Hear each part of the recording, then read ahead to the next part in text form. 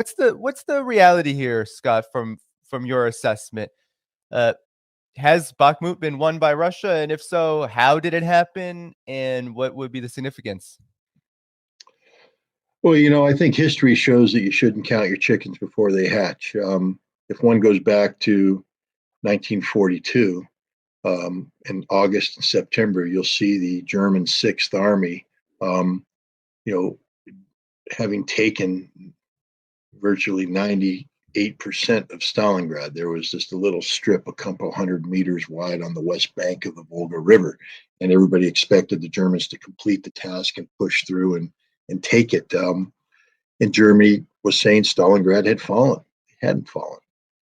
And the Russians held on to that bridgehead and were able to expand it and eventually trap the Germans into fighting and surround them. So I'm always loath to say something's over until it's actually over. And the bottom line is, even though Wagner has seized the administrative building in Bakhmut, which was blown up, by the way, blown in place by the Ukrainians, so they raised their flag on the rubble of the structure. And they're saying that this is the center of the town. This is it. We've taken Azovstal, the steel factory. We've taken, pretty much everything worth taking. All you have left are some of these western suburbs. That in effect, Bakhmut has fallen, but there's several blocks in western Bakhmut that are still controlled by the Ukrainians. They're still fighting for the train station. Now, Ukraine's going to lose. There's no evidence that Ukraine is somehow going to hold on like the Soviets did on the west bank of the Volga and suck the Russians into a defeat. But there's still fighting going on. So technically speaking, I don't think you can say that Bakhmut has fallen. I think what Prigozhin's doing, the head of Bakhmut, of Wagner, he's saying that from a practical standpoint, the battle's over. He feels that he has broken the back of the Ukrainian army. They've taken unsustainable casualties. The forces that are left are remnants. There's not the kind of cohesive, organized resistance that existed in the past. And so this is more or less a mopping up operation. And he's probably correct. He's probably correct in that. But still, um, from the Ukrainian standpoint, they have troops in Bakhmut. They're still pulling triggers, so there's still some fighting going on. So I, I understand where Wagner's coming from, but I can't endorse that conclusion because purely technically speaking, there's resistance ongoing in Bakhmut, and as long as that happened, it ain't falling. Mm. And when, I mean, if it's inevitable, I mean, I guess we can't put a timetable on it because it seems like the West, NATO, the United States, they're all invested in pushing it for keeping it going. But once Bakhmut does fall, let's say fighting stops there. I mean, what's the significance? I've heard various analyses of this city and why it's so significant. I mean, Ukraine. I mean, this is I don't know. It's almost a year now that there's been just a grind going on there. Thousands upon thousands of Ukrainian troops have died. Russian forces have also been killed in high numbers. Why here, and what will happen in your opinion should this city fall to Russia at some point in the future?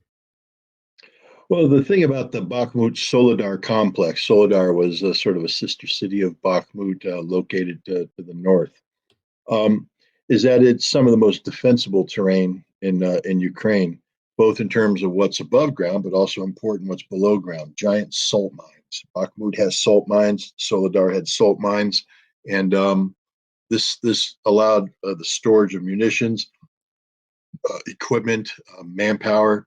Um, so it was eminently defensible terrain. The Ukrainians have been fortifying the territory between the two cities, in front of the cities, all around the cities. And so what the Ukrainians did is they opt to take advantage of this. And when the Russians began their meat grinder operations last May, Ukraine said, "We're in for a fight. We're not giving this stuff up. We're putting our marker down on this table." Um, and depends on the whom you talk to. Prigozhin, the head of Wagner, who is not somebody who is prone to exaggeration.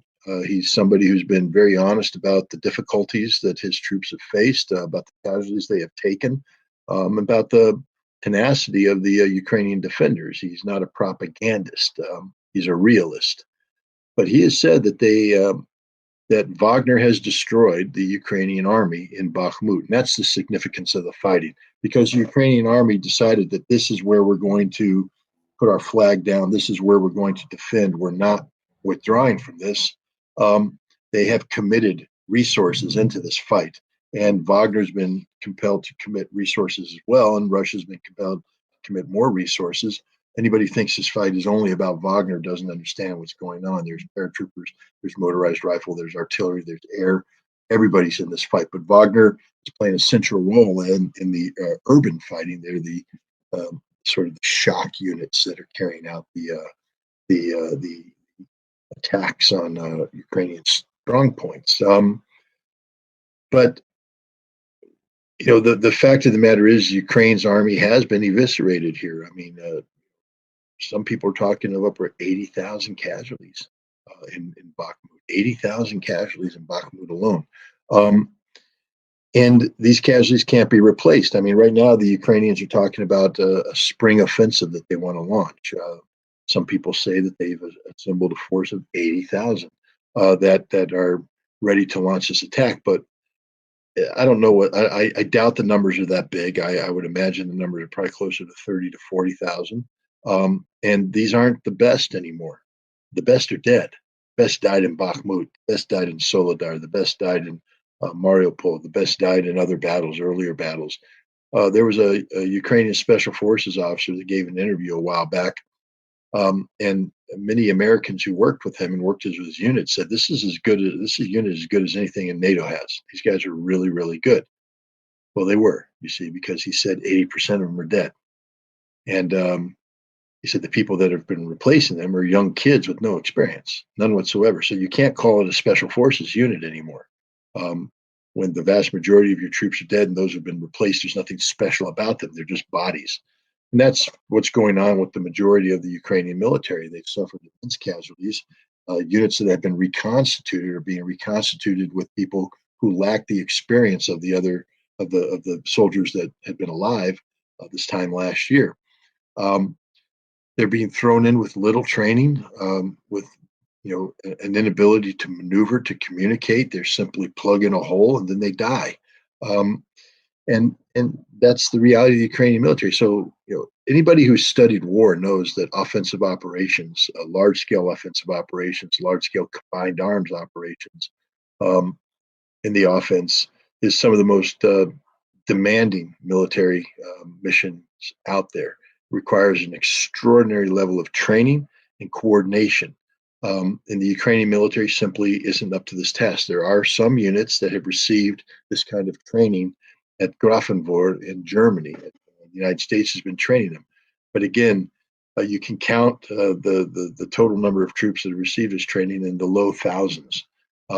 It's not enough to defeat hundreds of thousands of Russians who have been digging in with triple lines of defense, hardened strong points, fire cauldrons designed to trap the Ukrainians when they attack, break up their attack before they get to the lines, destroy them with counterattacks. The Ukrainians, even if they were able to initiate some sort of offensive action, it would be absorbed and destroyed and routed in short order by the Russians. And so if you combine the suicidal tendencies of Ukraine to throw all their resources into Bakhmut, overcommit, and now they've lost, they're in the process of losing. And then they're going to follow this up with a suicidal spring offensive that has no chance of success. And the end result is the Ukrainian army is gutted with nothing to replace it.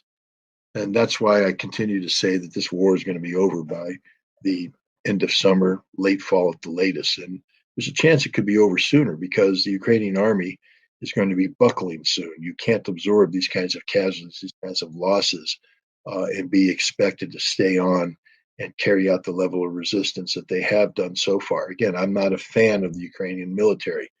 I hate the fact that they have a tendency to sing anthems loyal to Stepan Bandera. I hate the fact that many of their ranks have been permeated with followers of Stepan Bandera. But you can never denigrate their courage and their fighting ability. These people are putting up a struggle. They're resisting, and they're making the Russians pay a price for their for their actions. But no matter how brave the Ukrainians are, they just don't have the quantity of troops and the quality of troops necessary to A, successfully defend Bakhmut, and B, carry out the spring offensive. They're doomed on both fronts. And when both of these collapse, as they will, I think you're going to be looking at the Russians, moving towards end game. That is the decisive final defeat of the Ukrainian army that will prompt the Ukrainian government to sue for peace on terms that will be demanded by Russia. Yeah, and I wanted to get your take before we move on from the battlefront.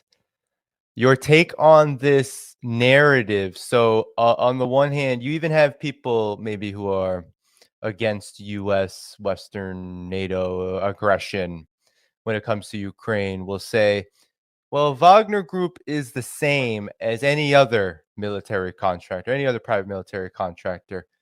And this is coupled with how the American political establishment, and of course its loyal allies and vassals all across the West, with Wagner being denigrated with this. Well, they're ineffective prisoners. They're all just released prisoners. They're thugs, and they're not to be regarded. But every time I see Russia making progress on the battlefront, it's always Prigozhin and Wagner Group that is basically giving the declarative statements that they've been making progress. And it seems like a lot of I remember last time you were on, Scott, you also talked about how, yeah, much of even the partial mobilization that Russia did last year hasn't even reached the battlefield. Wagner's been doing a lot of the fighting. What's the truth here about Wagner then? I'm curious about your opinion on this force in Russia that has seemingly been on the front lines of what has been Russia's special military operation. Well, Wagner's been around since 2014 in Donbass. It was created as a vehicle to allow the covert supply of military assistance to the Donetsk and Lugansk people's militias. The Constitution of Russia doesn't allow for um, a private military contractor to exist on Russian soil, but it did exist in Donbass, and it was designed to be a contract vehicle. That is, if Russian specific military skill sets are needed, um, Wagner would sign up people who possess those skill sets. Sometimes it appears that these people were taken directly from the military, and something in the West we would call sheep dipped, meaning that they sort of signed themselves out of the military, signed themselves into this new entity. The CIA used to do that with a lot of special forces guys. U.S. Air Force officers used to be sheep dipped to go fly for Air America and Laos, and then they'd return back to the Air Force and be undipped, and their career would go on.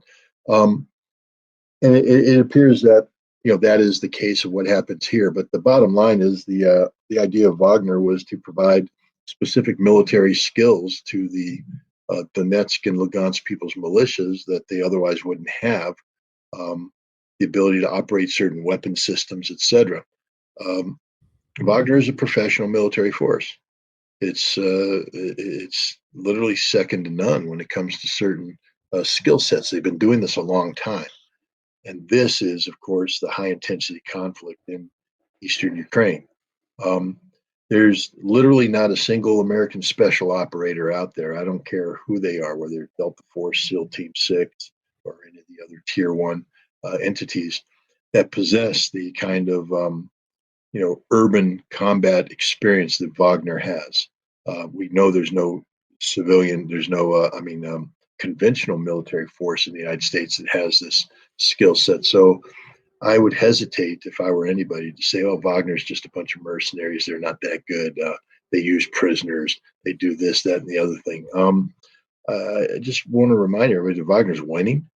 against a NATO-trained army that's been provided with tens of billions of dollars worth of equipment, um, and Wagner's whooping them, giving them a whooping.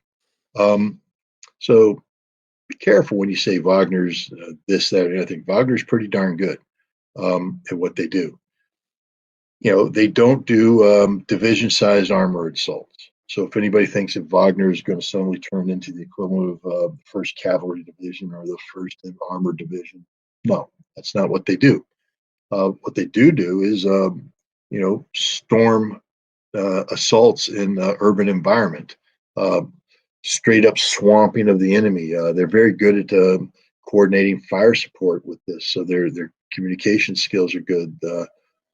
Uh, they are very aggressive, and aggression.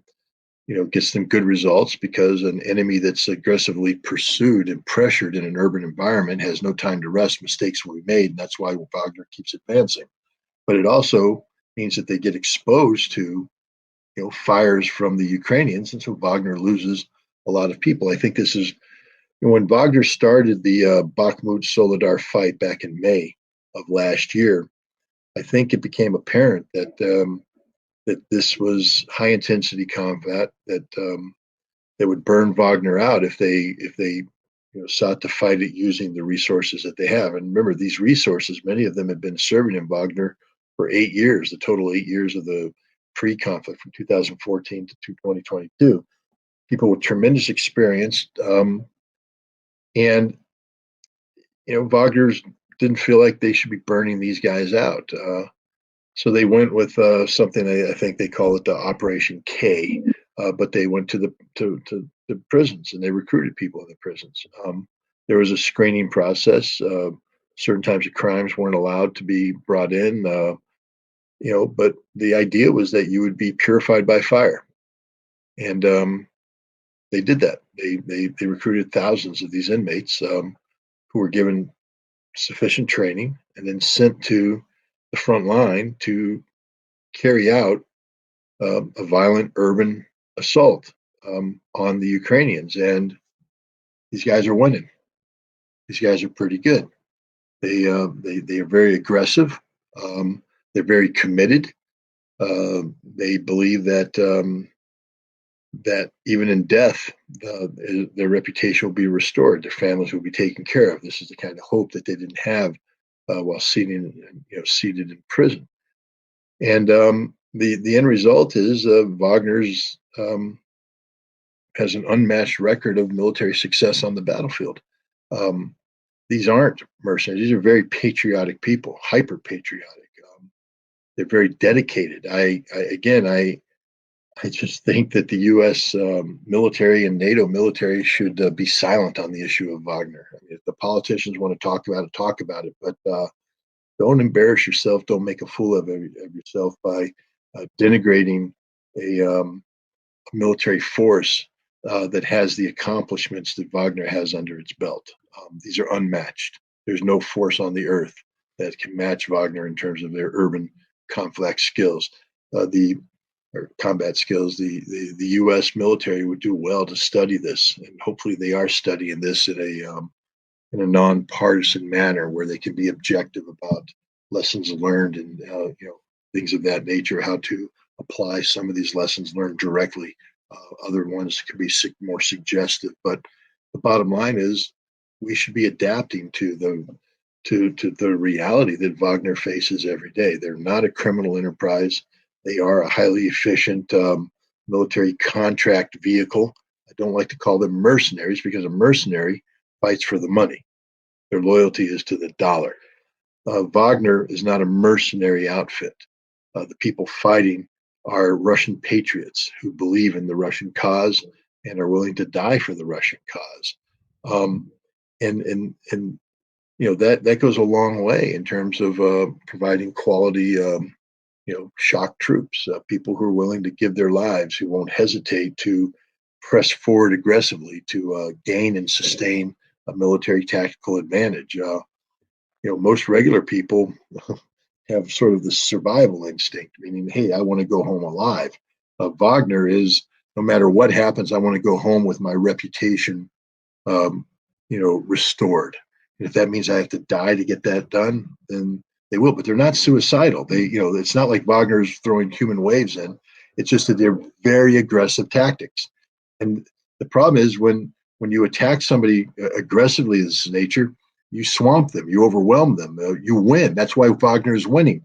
But this aggression also creates opportunity for the enemy to ambush you, to hit you when you're least expecting, and inflict casualties. So it's a trade-off, but the end result is what we see on the map. Wagner steadily pushing forward, killing a whole bunch of Ukrainians and outflanking them. But it's misunderstood. And here's the problem about misunderstanding Wagner. It's something I've said many times, but it's applicable here. If you don't define the problem properly, you can't solve the problem, because whatever solution you're coming up to is a solution that has nothing to do with the reality of the problem. You're solving something that doesn't exist. Um, the West, by denigrating Wagner, calling it a private military contractor, calling them mercenaries, is not properly defining